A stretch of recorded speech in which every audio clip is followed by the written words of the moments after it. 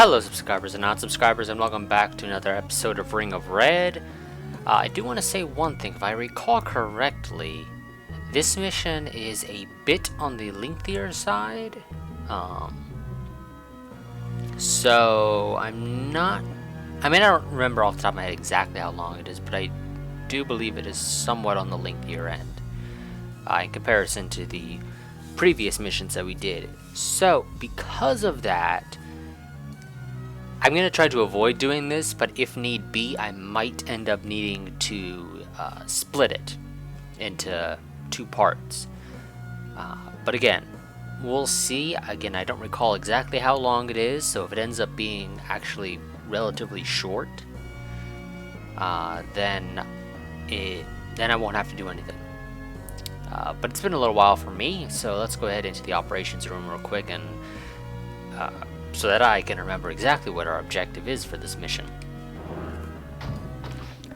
So let's see, the hijack type 3 is apparently on its way to the Atlantic coast. Okay, I do remember that.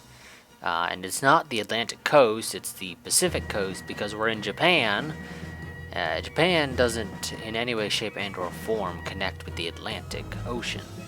So I have a hard time believing that it is on its way to the Atlantic coast.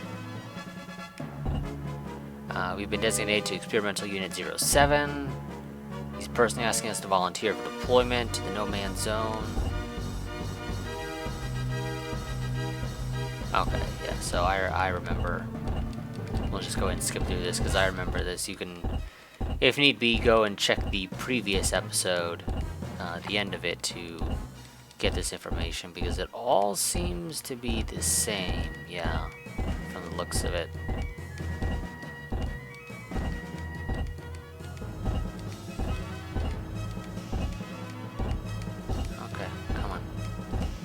Get through this. There we go. Formation room. So we've got Vesger here. This is his setup. So this is his crew, which all have their own advantages and disadvantages. So this is a medical team, which, if I recall correctly, is capable of...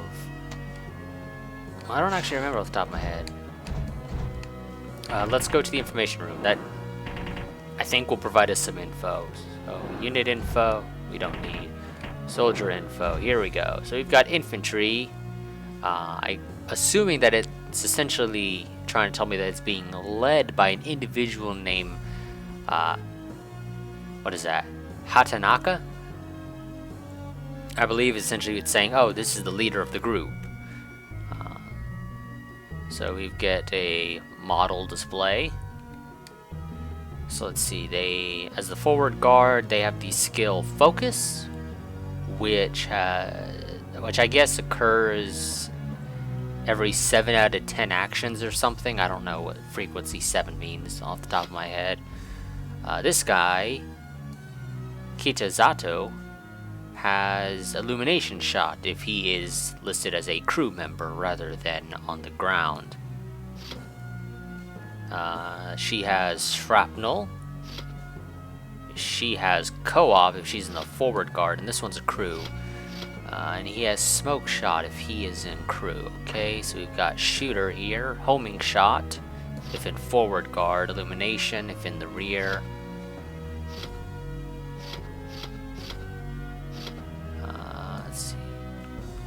Okay, so illumination shot, and those are crew. We have a heat shell here. He has a grenade if he's in the front. Yeah, you have homing. We've got mechanized here. Fast repair if in the rear, and illumination shot if crew. And you have wire and cleanup depending on where you are, and you have mine and cleanup. And you have snipe. You have the repair function if you are in the rear, and medics have the ability to essentially heal people, but they don't all have the exact same abilities.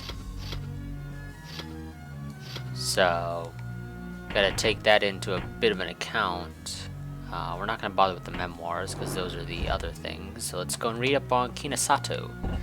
Full name is Kenichi Kinosato, 2nd Lieutenant assigned to the South Japan Forces 5th Division, 32 years old, war buddy of John's from the Japan War.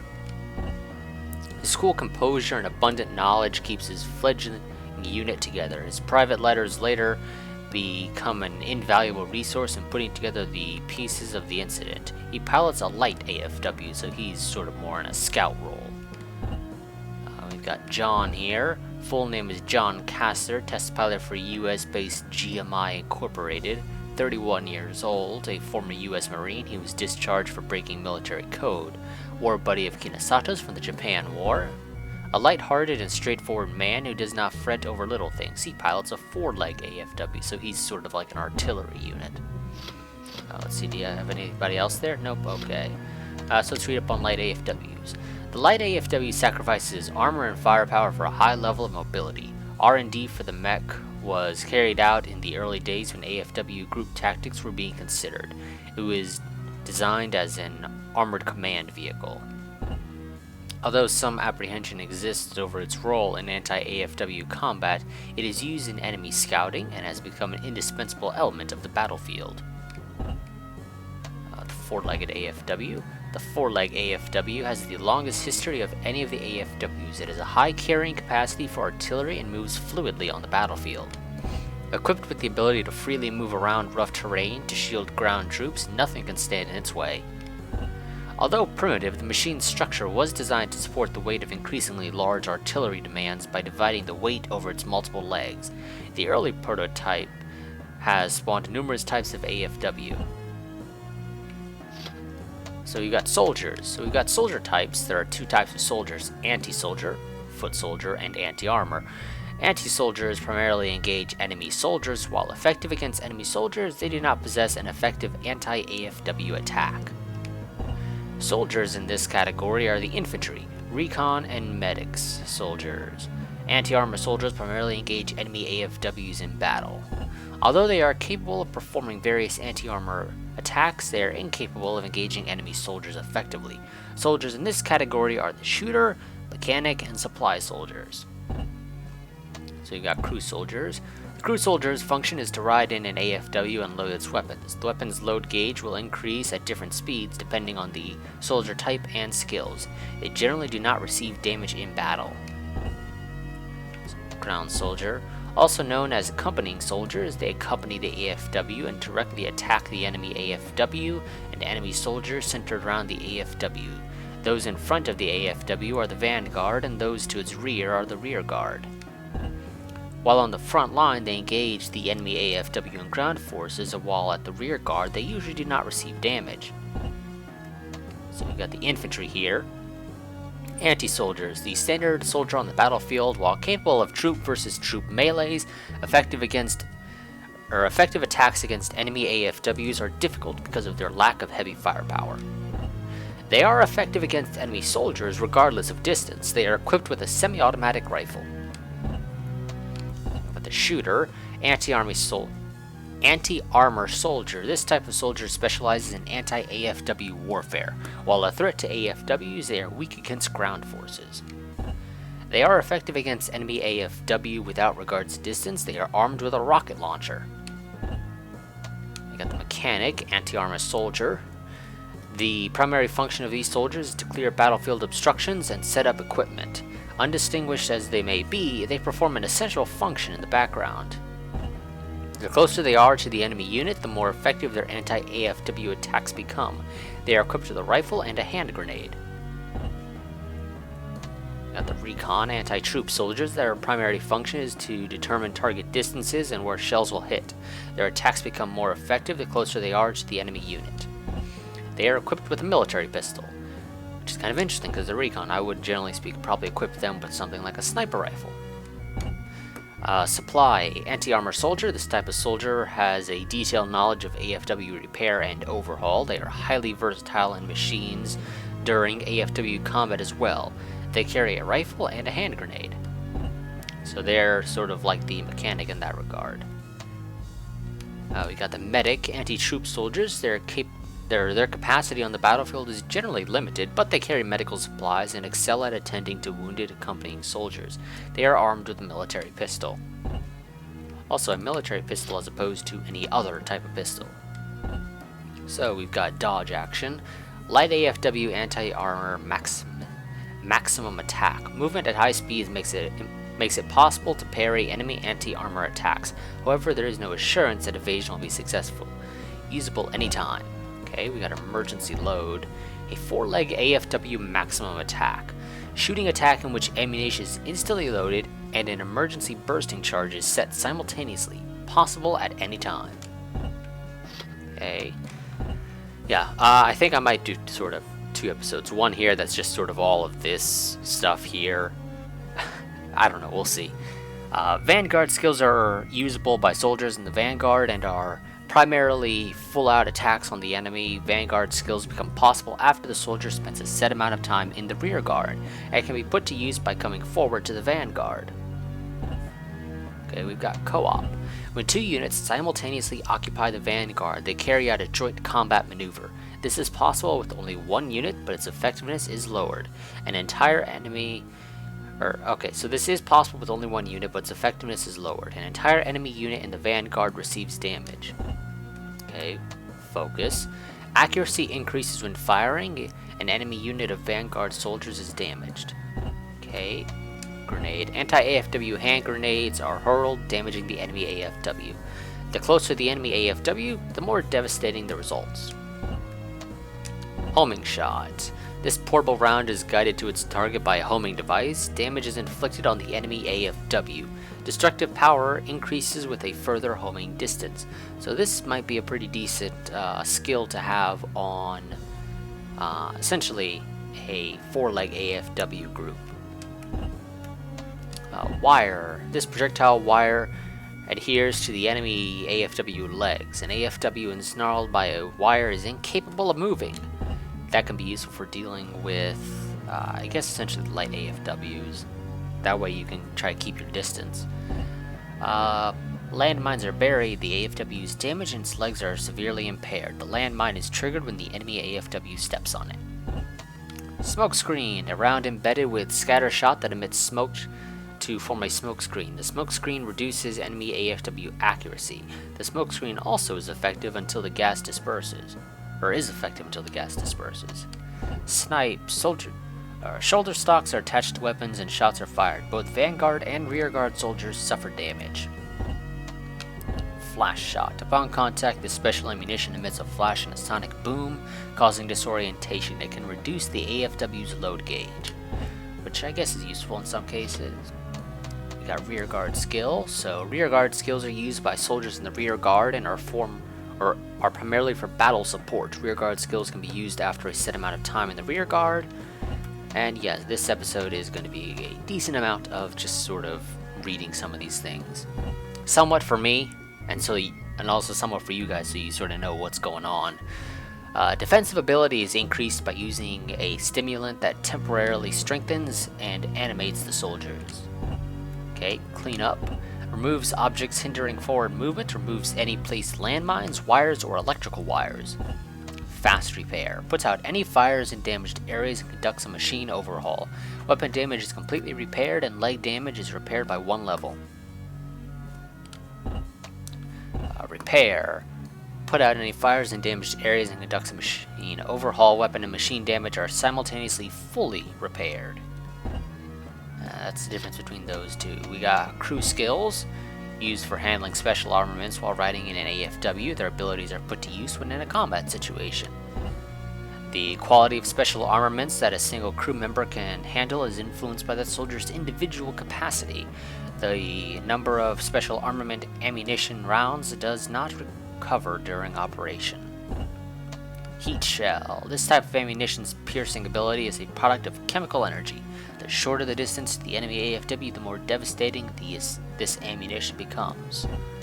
Shrapnel. Essentially, this is your weapon of choice, essentially, against enemy ground troops. Illumination. I believe they sort of hinted at this in the past, or kind of explained the concept behind it, but it's essentially a flare. And when it's nighttime, it essentially removes a penalty that you suffer from nighttime combat. Another thing about smoke screen, so that's an ability that can be used both on the crew, or when you're in the crew slot, and when you are in the Vanguard. And we've got these sub-armors. AFW and anti-AFW are generally outfitted with protective armoring. Damage received by AFWs with protective armoring first goes to their armor plating. Even when received damage exceeds armor durability, only the armor is destroyed and any excess damage is not applied to the AFW body. Damaged armor cannot be restored through recovery, and destroyed armor cannot be repaired during combat. So essentially, once your armor plates are done, they're done for that mission. So that kind of sucks. But now that we have this information, I can go up to the formation room, and I do need to make some adjustments here because this individual has no crew skill. In fact, you have no crew skills at all.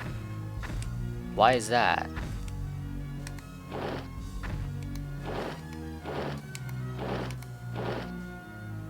Okay, that makes you great against soldiers, but I don't really have any issues with soldiers. But that does increase your load ability, which I guess is somewhat more important for me personally, so I'll go with that. Do you have any crew skills, any of you? Because I'd rather have the individual crew skills go in front. Doesn't look like it, so put you there. Do you have a crew skill? Yes, you do. Wonderful. Then I guess I'll keep you guys like that. Do you have a crew skill? No, you do not, do you?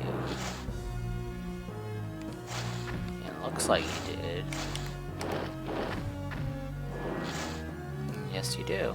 Wonderful. However, do I have any better options? No, it doesn't look like I have anybody with any real good skills. So, we'll just go ahead and say no to that. Go to the record room real quick and override that old save. And we will go ahead and sortie because I don't believe there's anything else for us to really get.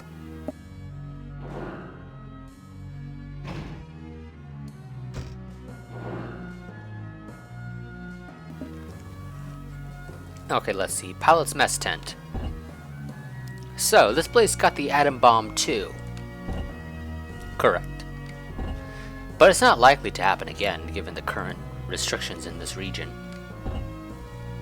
You mean RACINI? I'm not going to try to pronounce that as if it's an actual word, because what would it be? Rakini? Doesn't really sound right. Yes, the world's first nuclear payload was delivered by an aircraft, although I'm wondering what that stands for. Do you guys mind explaining what that is? When the full effects of the weapon became known after World War II, the ban on aircraft use in the Far East came into existence. Wow. So they went so far as to say, no, you can't even use aircraft in the Far East. That's an interesting decision. Now referred to as the Revised Air Combat Initiative. Okay, so that's what it stands for. Thanks for letting me know. As a result, no aircraft can ever take off from or fly over the entire Far East region. That must suck if you're trying to go on a vacation or something to anywhere in the Far East. Because if no aircraft ever can take off or fly over the entire region, then you have to fly to somewhere that you can get to, and then essentially hitch a ride somehow to wherever your destination is. So if you're trying to go to Japan, you've got to go to like Australia, for example, and that's assuming Australia isn't considered a part of the Far East region, and then hop on a boat essentially to Japan. Doesn't sound like fun. Nuclear weapons are almost impossible to use except as an airborne payload. Does that really mean the end to nuclear weapons? They're only referring to the Far East. You can still use nuclear weapons seemingly anywhere else except for the Far East. And even then, you can still use it in the Far East, so long as it's not delivered by an airplane. Violating the agreement would mean taking on the entire international community. I doubt any one nation is prepared to do that. So they say.